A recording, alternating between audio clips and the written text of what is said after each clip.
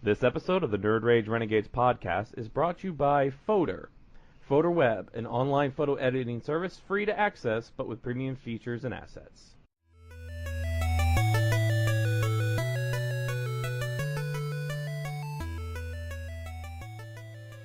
Nerd Rage Renegades.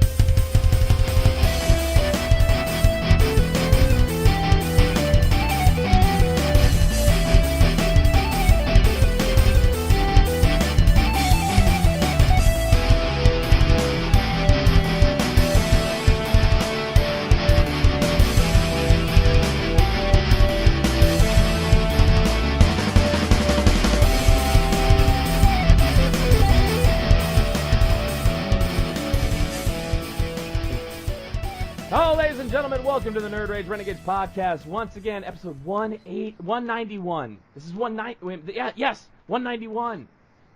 That much closer. Closing in, man. We need one of those advent calendars for the 200. We get something every day. Little chocolates in them. Yeah. little chocolates. It's like Christmas. Like, mommy, can we open the Nerd Rage advent calendar? Can we please? It'd just be huge because it'd be only stuff we'd want in it. Because the Silver Age Submariner comic, it's just a huge calendar with big pockets in it. But we are closing in on episode 200, which means Cool Beer will be back. And of course, happy birthday, buddy. It was your birthday this weekend. I'm an old man, 43. You're only as old as you feel, my friend. I told you I don't feel a day over 92. But man, you got some good comics for your birthday. Yeah, I got Iron Fist #1, and that's a beauty. And X-Men 170, which I don't think I had. It's not a double. It was I saw it. I was walking by a box on my way to get my subs, and it was sticking out for like $4, and it was in really good shape. I said, "Hey, I'm gonna grab that." Well, I mean, and that's Origin of the Morlocks. Yeah. And isn't that Callisto versus Storm? Yeah, it's the cover is. I still have yet to. I've got it like over there somewhere. It's in my X-Men box. It's I've got it in this box right here. Stuff I'm going to read. I had to get through this week's review books, and so. Yeah, I haven't got to these. These are for later tonight. Yeah, I'm gonna go this week and get my books out of my box because it was a personal property tax week. So got to pay that personal property tax. Yay for all the states that don't have to pay personal property tax, you bastards. But it's been I'll tell you what. I'm at that point right now where I have to fight my addiction because I've gotten addicted to GTA RP. And I got to fight because I don't think I've had a full night's sleep in about a week. Well, I take that back. I got one full night's sleep. I took Thursday off. But it's like an addiction, man. You want to get in there because you're creating stories and you want to advance stories. And for anybody listening, please go to Twitch, Nerd Rage Renegades on Twitch, because Chief is on the streams with me when we do co-op streams. Yeah, we did an experimental one the first time. I'll be on a lot more coming up in the future. It worked out really well. Chief loved it because he got to hear my entire process of trying to fix audio and stuff and get it to work. Yeah. We got to do some. We got to get together and do some more adjustment on my end of what I can hear.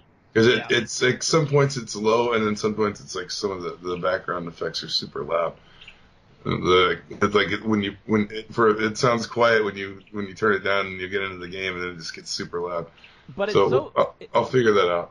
It's so fun though because we've been watching Djibouti for so long, ever since the Joe Mullet days, and then we were watching those on YouTube, and then we moved over. We actually got them on Twitch and we started watching them on Twitch. And we've been saying for so long we're going to do that. One day we're going to do that, and this past weekend we finally did it. And other than a few audio things that we have to fix, and of course at the beginning about, 45 minutes of me going, okay, we got to do this, and I got to do that. Okay, I'll take this one out, and I'll put this one over here. Okay, now I got to do this, and now I got to go over here and do this one. We finally got it done, and it was hilarious. Yeah, it was pretty fun. You got to see my hobo character. Yeah, I got a couple good ones going. There's a few that I've got ideas for you to do. And I can't wait to get to the Paul Lynde one. That's the one that I'm looking forward to. That one is going to come actually pretty soon, because there's a guy that I've been RPing with, Moxley. His Twitter handle, if anybody wants to go follow him on Twitter, he's a really, really awesome guy.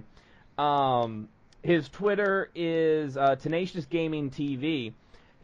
Last night he created a character like Flim Flicks or Flam Flicks or Flicks Flam, something like that. But he's a movie guy. He's like a movie producer. So that is going to be perfect for Paul Simmons, who's my Paul Lynde character, to come in and audition for this movie. So that's going to be just fantastic when I bring him in. I took on the other night. You had gotten off because you called it a night, and I went a little bit longer. But we made it to the humane testing labs. Yeah.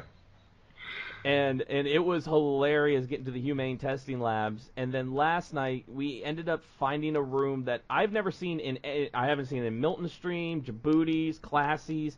Never seen this room before, like, in my life. It could be exclusive to that. It could be that server. Because, like, this server, like, you can get into the courthouse. Like, you can actually get in the court building, and it's like they got the lobby. That's what I can't wait for in the family, is when they get some, like, because they've got, like, some pretty high end players in the family, and when they start doing court, that's going to be awesome.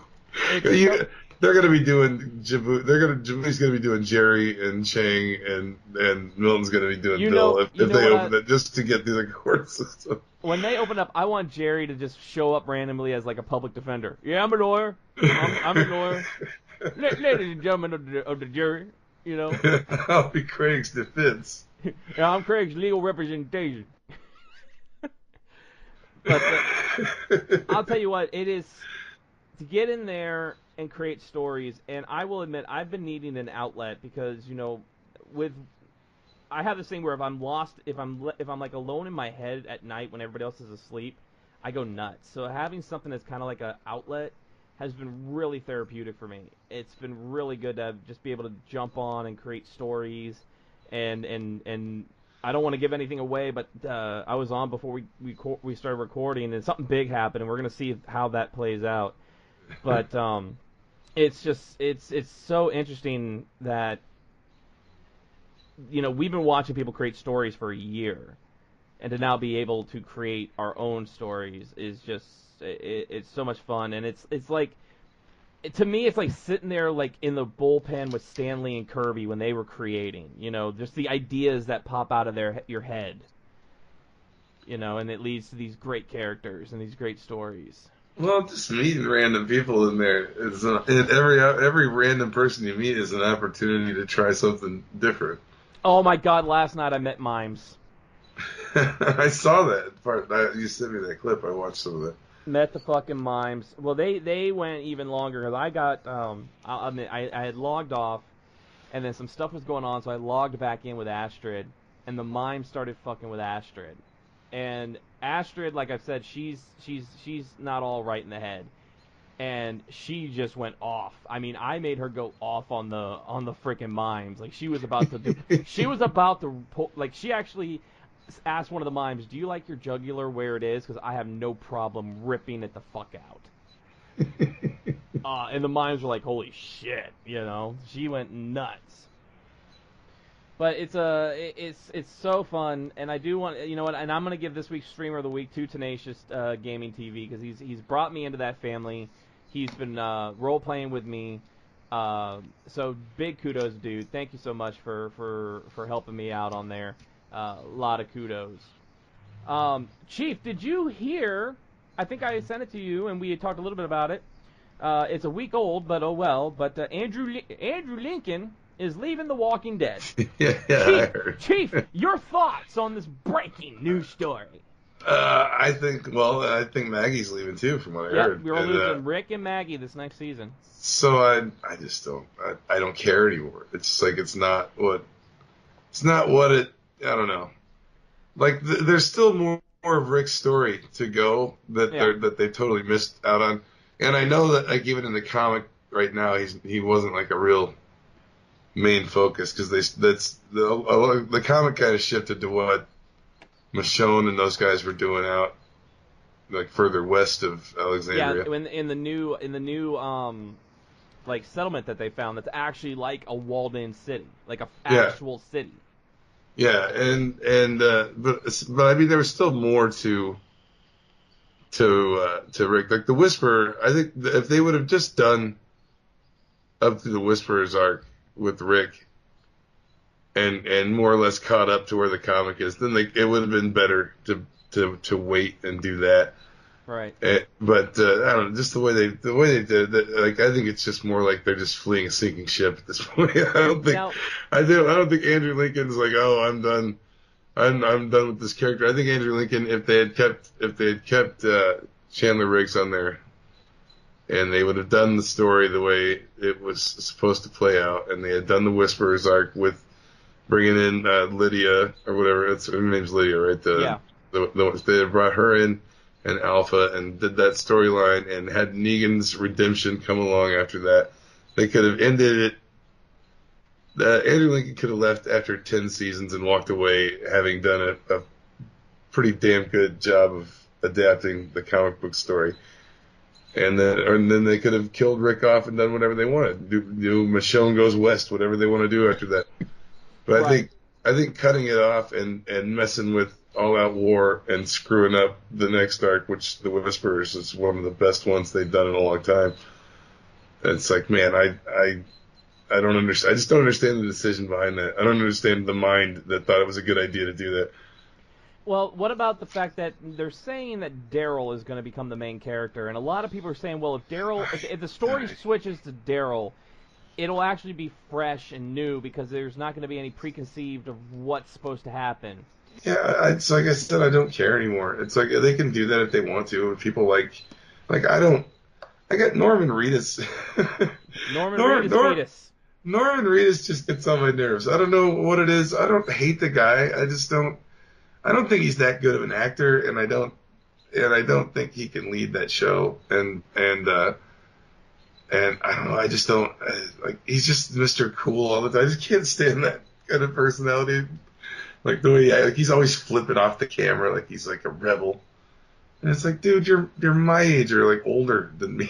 It's like, calm the fuck down with the flipping the camera off. But I don't know. I don't care that much for Norman Reedus. Like I don't care. Like all the characters I care about are getting taken off the show. So yeah, I don't give a shit. I just don't. I just don't know. My biggest thing is I think if Rick does leave, if they continue the whole storyline, but if they continue to go with the storyline but without Rick and it's going to be Daryl instead, it just doesn't seem. I don't think it's going to have the same. I just don't know.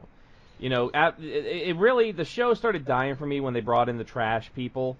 Yeah, and that's when exactly. I was just really like. That was the first blow to the. Well, I mean, and then the people, the ocean people, whatever, the seaside. Yeah. It's like I do not recall. Some people keep saying that they were existence. I from what I remember, that we were introduced to that community when Michonne came back from the sea after fishing. Yeah. And I assumed that it was Alexandria people that had set up a seaside community. In the aftermath of the All Out War, the communities had all built this other outpost by the ocean where they fished, and I had assumed it came way later. It wasn't. From what I understand, it was not already an established place during All Out War at all, and so that was weird. And then some of the like the switch up even before I didn't really mind it that much. I thought it was an okay. Oh, this is the difference between an okay change to something in the comic book. The way they did Abraham's death.